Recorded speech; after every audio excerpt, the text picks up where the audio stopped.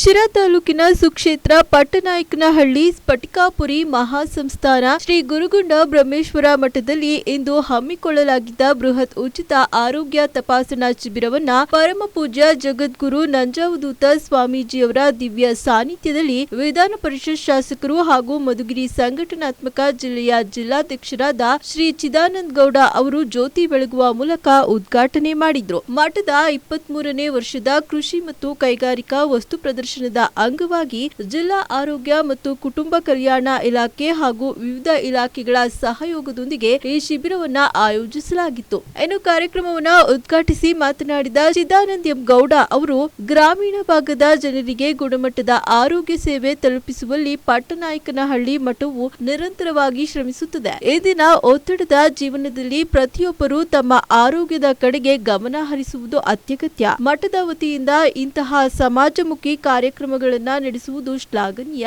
ಎಂದು ತಿಳಿಸಿದರು. ಈ ಜಗತ್ತು ನಿಂತಿರೋದೇ ನಿಮ್ಮ ಮೇಲೆ.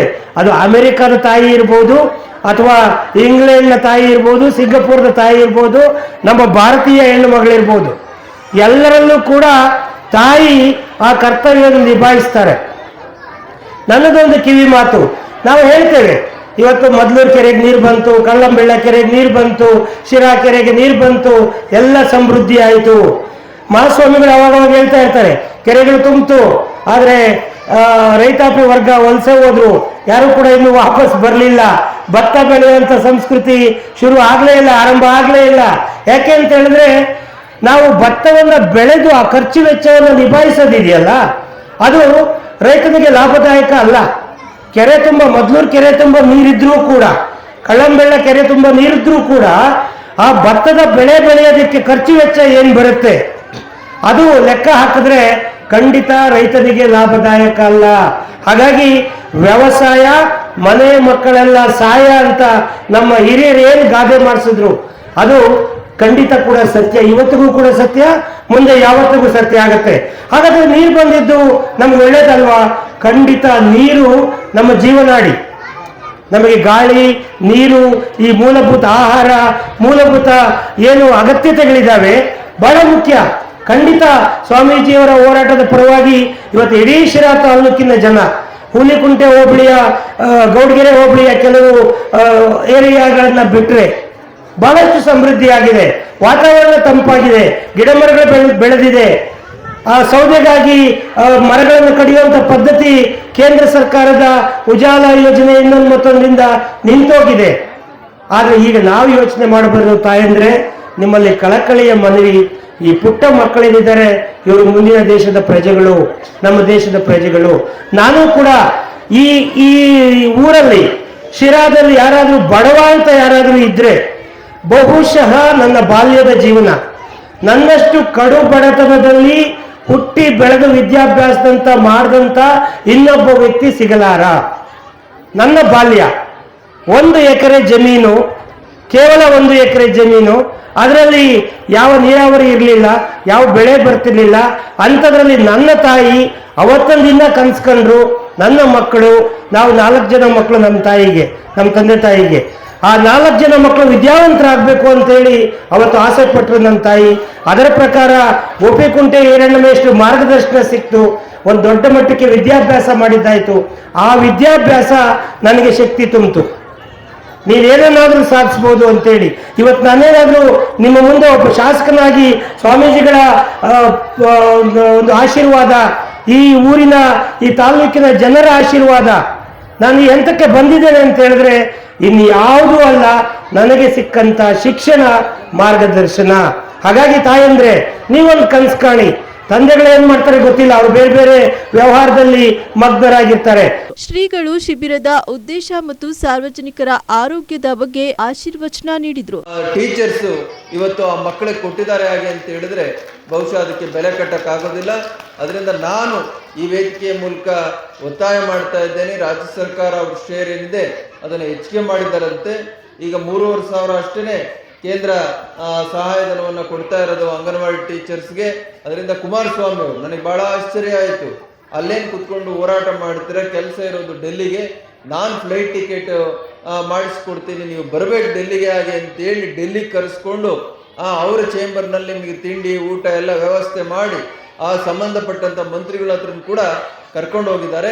ನಾನು ಕುಮಾರಸ್ವಾಮಿ ಅವರು ಕೂಡ ನಾನು ಮಾತನಾಡ್ತೇನೆ ಮತ್ತು ಪತ್ರ ಕೂಡ ನಾನು ಬರೀತೇನೆ. ಖಂಡಿತವಾಗಿ ನಿಮ್ಗೇನು ಬರಬೇಕು, ನ್ಯಾಯ ಒದಗಬೇಕು, ಅದನ್ನು ಒದಗಿಸುವಂಥ ನಿಟ್ಟಿನಲ್ಲಿ ಶ್ರೀಮಠ ನಿಮ್ಮ ಜೊತೆಯಲ್ಲಿ ಯಾವಾಗಲೂ ಕೂಡ ಇರ್ತದೆ ಅನ್ನುವಂಥ ಮಾತನ್ನು ಈ ಸಂದರ್ಭದಲ್ಲಿ ಹೇಳ್ತಾ, ಮೊನ್ನೆ ಕೂಡ ನಾನು ಹೇಳಿದೆ, ಯತ್ರ ನಾರ್ಯಾಸ್ತು ಪೂಜ್ಯಂತೆ ರಮಂತೆ ತತ್ರ ದೇವತಾ ಅಂತ. ಸೃಷ್ಟಿ ಮಾಡುವಂಥ ಶಕ್ತಿ ಇರುವಂಥದ್ದು, ಬ್ರಹ್ಮಾಂಡ ಕೊಟ್ಟಿರುವಂಥದ್ದು ಹೆಣ್ಣಿಗೆ ಮಾತ್ರ ಅಂತ.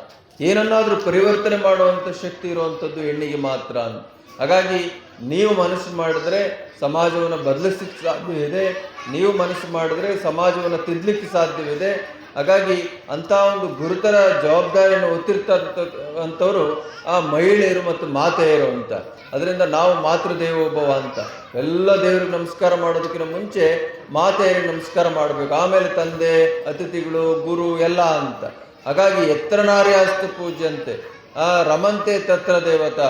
ಯಾವ ಮನೆಯಲ್ಲಿ, ಊರಿನಲ್ಲಿ, ದೇಶದಲ್ಲಿ, ನೆಲದಲ್ಲಿ ತಾಯಿಯಾಗಿರ್ತಕ್ಕಂಥವಳು, ಹೆಣ್ಣಾಗಿರ್ತಕ್ಕಂಥವಳು ಸಂತೋಷವಾಗಿರ್ತಾಳೆ, ನೆಮ್ಮದಿಯಾಗಿರ್ತಾಳೆ, ಆ ನೆಲದಲ್ಲಿ ಮಾತ್ರ ದೇವತೆಗಳು ವಾಸ ಮಾಡಲಿಕ್ಕೆ ಸಾಧ್ಯ. ಅಂಥ ನೆಲವನ್ನು ದೇವಾನುದೇವತೆಗಳು ಉಳಿಕೊಂಡು ಹೋಗ್ತವೆ. ಅದರಿಂದ ಹೆಣ್ಣುಮಕ್ಕಳನ್ನು ನಾವು ಗೌರವಿಸುವಂಥದ್ದು ಮತ್ತು ಅವರ ನೆಮ್ಮದಿ ಮತ್ತು ಅವರ ಆರೋಗ್ಯವನ್ನು ಕಾಪಾಡುವಂಥದ್ದು ನಮ್ಮೆಲ್ಲರ ಜವಾಬ್ದಾರಿ. ಭಾಳ ಸಂತೋಷ. ಇವತ್ತು ನೀವೆಲ್ಲರೂ ಕೂಡ ಬಿಡುವು ಮಾಡಿಕೊಂಡು 2 ದಿವಸ, ಮೊನ್ನೆ ಕೂಡ ಇವರು 100 ಸಂಖ್ಯೆನಲ್ಲಿ ಬಂದಿದ್ದರು. ಇವತ್ತು ಕೂಡ ಅಭಿಮಾನದಿಂದ ಇವತ್ತು ಹೆಚ್ಚು ಕಮ್ಮಿ 1000 ಇಸ್ಕೊಂಡು ನಿಮ್ಮೆಲ್ಲರೂ ಕೂಡ ನಾನು ತುಂಬ ಹೃದಯದ ಅಭಿನಂದನೆಗಳನ್ನು ತಿಳಿಸ್ತಾ, ಇನ್ನು ಮಕ್ಕಳ ಕಾರ್ಯಕ್ರಮ ನಡೆಯುವಂಥದ್ದಿದೆ. ಹಾಗಾಗಿ ಈ ವೇದಿಕೆ ಮೂಲಕ ಒಂದು ಉತ್ತಮ ಸಂದೇಶವನ್ನು ನೀವೆಲ್ಲರೂ ಕೂಡ ಕೊಟ್ಟಿದ್ದೀರಾ.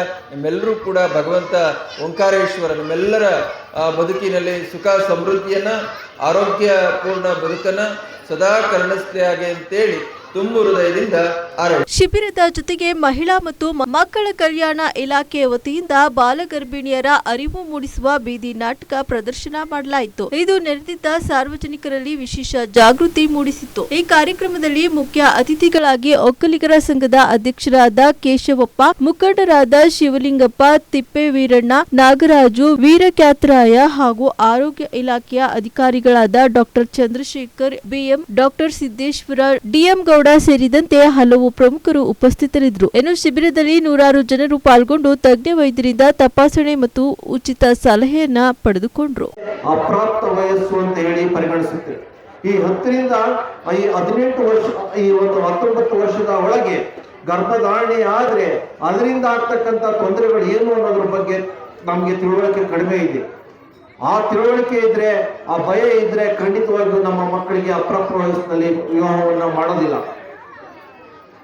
ಅಪ್ರಾಪ್ತ ವಯಸ್ಸು ಗರ್ಭಧಾರಣೆ ಆದವರಲ್ಲಿ ಅತಿ ಹೆಚ್ಚಿನ ಸಂಖ್ಯೆಯಲ್ಲಿ ತಾಯಂದಿರ ಮರಣ ಮತ್ತು ಶಿಶು ಮರಣ ಆಗ್ತಾ ಇರೋದನ್ನ ನಾವು ಕಾಣ್ತಾ ಇದ್ದೇವೆ. ಯಾತಕ್ಕೋಸ್ಕರ ತಾಯಂದಿರ ಮರಣ ಆಗ್ತಾ ಇದೆ, ತಾಯಂದಿರ ಮರಣ, ಶಿಶು ಮರಣ ಆಗ್ತಾ ಇದೆ ಅಂತ ನಾವು ಅವಲೋಕನ ಮಾಡಿದಾಗ, ಈ ಅಪ್ರಾಪ್ತ ವಯಸ್ಸಿನಲ್ಲಿ ಗರ್ಭಧಾರಣೆ ಆದ್ರೆ 13 ವರ್ಷ, 14 ವರ್ಷ, 15 ವರ್ಷ, 18 ವರ್ಷದವ್ರು ಗರ್ಭಧಾರಣೆ ಆದ್ರೆ ಅವರಲ್ಲಿ ಗರ್ಭಕ್ಕೆ ಸಂಬಂಧಪಟ್ಟಂತೆ ಅಧಿಕ ರಕ್ತದೊತ್ತಡ ಜಾಸ್ತಿ ಆಗುತ್ತೆ. ಈ ಅಧಿಕ ರಕ್ತದೊತ್ತಡ, ಗರ್ಭಿಣಿ ನಂಜು ಅಂತ ಏನ್ ಕರಿತೀವಿ, ಪ್ರೀ ಎಕ್ಲಾಂಶಿಯಾ ಅಂತ ಏನ್ ಕರಿತೀವಿ, ಈ ಎಕ್ಲಾಂಶಿಯಾ ಅತ್ಯಂತ ಭಯಂಕರವಾದಂತಹ ಒಂದು ಸಮಸ್ಯೆ, ಆರೋಗ್ಯ ಸಮಸ್ಯೆ ಗರ್ಭಿಣಿಯರಲ್ಲಿ ಈ ಆರೋಗ್ಯ ಸಮಸ್ಯೆ ಕಂಡು ಬಂದ್ರೆ ಮರಣದ ಪ್ರಮಾಣ ತೀರಾ ಜಾಸ್ತಿ ಇರುತ್ತೆ. ಆ ಒಂದು ಜಾಗೃತಿ ನಮ್ಮಲ್ಲಿ ಅರಿವು ಇಲ್ಲ. ಅದ್ರ ಜೊತೆಯಾಗಿ ಆ ಒಂದು ಅಪ್ರಾಪ್ತ ವಯಸ್ಸಿನಲ್ಲಿ ಈ ಒಂದು ಪ್ರಿಯಕ್ಲಾಂಶ ಅಥವಾ ಅಧಿಕ ರಕ್ತದೊತ್ತಡಕ್ಕೆ ತುತ್ತಾದ್ರೆ ಗರ್ಭಿಣಿಯರು, ಅದರಿಂದ ಹೃದಯದ ಮೇಲೆ ಪರಿಣಾಮ ಬೀರುತ್ತೆ, ಮೂತ್ರಪಿಂಡದ ಮೇಲೆ ಪರಿಣಾಮ ಬೀರುತ್ತೆ, ಅವರ ಮೆದುಳಿನ ಮೇಲೆ ಪರಿಣಾಮ ಬೀರುತ್ತೆ. ಈ ಕಾರಣದಿಂದಾಗಿ ಅವರಲ್ಲಿ ಹೆಚ್ಚಿನವರು ಧನುರ್ವಾಯಿಗೆ ಕನ್ವಲ್ಷನ್ಸ್ ಅಂತ ಹೇಳಿ ಸಮಸ್ಯೆಗೆ ತುತ್ತಾಗ್ತಕ್ಕಂಥದ್ದು. ಒಂದ್ಸರಿ ಈ ರೀತಿಯಾದಂತಹ ಪಿಟ್ ಸಮಸ್ಯೆ ಬಂತು ಅಂತಂದ್ರೆ ಅದರಿಂದ ಮರಣ ಪ್ರಮಾಣ ಹೆಚ್ಚು. ಅದೇ ರೀತಿಯಾಗಿ ಅವರಲ್ಲಿ ರಕ್ತಹೀನತೆಯ ಸಮಸ್ಯೆ ಇರ್ತಾರೆ ಮಕ್ಕಳು, ಅವರು ಶಿಕ್ಷಣ ಪೂರ್ಣಗೊಳಿಸೋದಿಲ್ಲ, ಇನ್ನು ಪ್ರೌಢ ಶಿಕ್ಷಣ ಅಥವಾ ಪ್ರಾಥಮಿಕ ಶಿಕ್ಷಣದ ಹಂತದಲ್ಲಿ ಇರ್ತಾರೆ. ಅವರಿಗೆ ನಾವು ಗರ್ಭ ಧರಿಸಿದ್ರೆ ಅವರಲ್ಲಿ ಒಂದು ರಕ್ತ ರಕ್ತಹೀನತೆ ಸಮಸ್ಯೆಯನ್ನ ನರಳುತ್ತಾರೆ. ರಕ್ತಹೀನತೆ ಆಯ್ತು ಅಂತಂದ್ರೆ ಅಗೇನ್ ಅದರಿಂದ ತಾಯಿಯ ಜೀವದ ಮೇಲೆ ಮತ್ತು ಮಗುವಿನ ಬೆಳವಣಿಗೆ ಮೇಲೆ ಮಾರಕವಾದಂತ ಪರಿಣಾಮವನ್ನು ಬೀರುತ್ತೆ. ತೂಕ ಕಡಿಮೆ ಆಗುತ್ತೆ ಅಥವಾ ಇದರಿಂದಾಗಿ ಅವಧಿ ಪೂರ್ವ ಜನನಗಳು ಜಾಸ್ತಿ ಆಗುತ್ತೆ. ಅವಧಿ ಪೂರ್ವ ಜನನ ಜಾಸ್ತಿ ಆಗುತ್ತೆ, ಮಗುವಿನ ಉಸಿರಾಟದ ಮೇಲೆ ಸಮಸ್ಯೆ ಆಗುತ್ತೆ. ಅದರ ಮೇಲೆ ಮಗುವಿನ ಮೆದುಳಿನ ಮೇಲೆ ಸಮಸ್ಯೆ ಆಗುತ್ತೆ. ಮೆದುಳಿನ ಮೇಲೆ ಸಮಸ್ಯೆ ಆದ್ರೂ ಮಗು ಹುಟ್ಟಿದ ನಂತರ ಉಳಿದ್ರು ಸಹಿತ ಆ ಬುದ್ಧಿಮಾಂದ್ಯರಾಗ್ತಾರೆ. ಬುದ್ಧಿಮಾಂದ್ಯ ಮಕ್ಕಳ ಸಂಖ್ಯೆ ಜಾಸ್ತಿ ಆದಷ್ಟು ಅದು ವೈಯಕ್ತಿಕ ಸಮಸ್ಯೆ ಅಲ್ಲ, ಅದು ಒಂದು ಸಾಮಾಜಿಕ ಪಿಡುಗು. ಇಡೀ ಸಮಾಜಕ್ಕೆ, ಇಡೀ ಒಂದು ಊರಿಗೆ ಅವರು ಹೊರೆಯಾಗ್ತಾರೆ.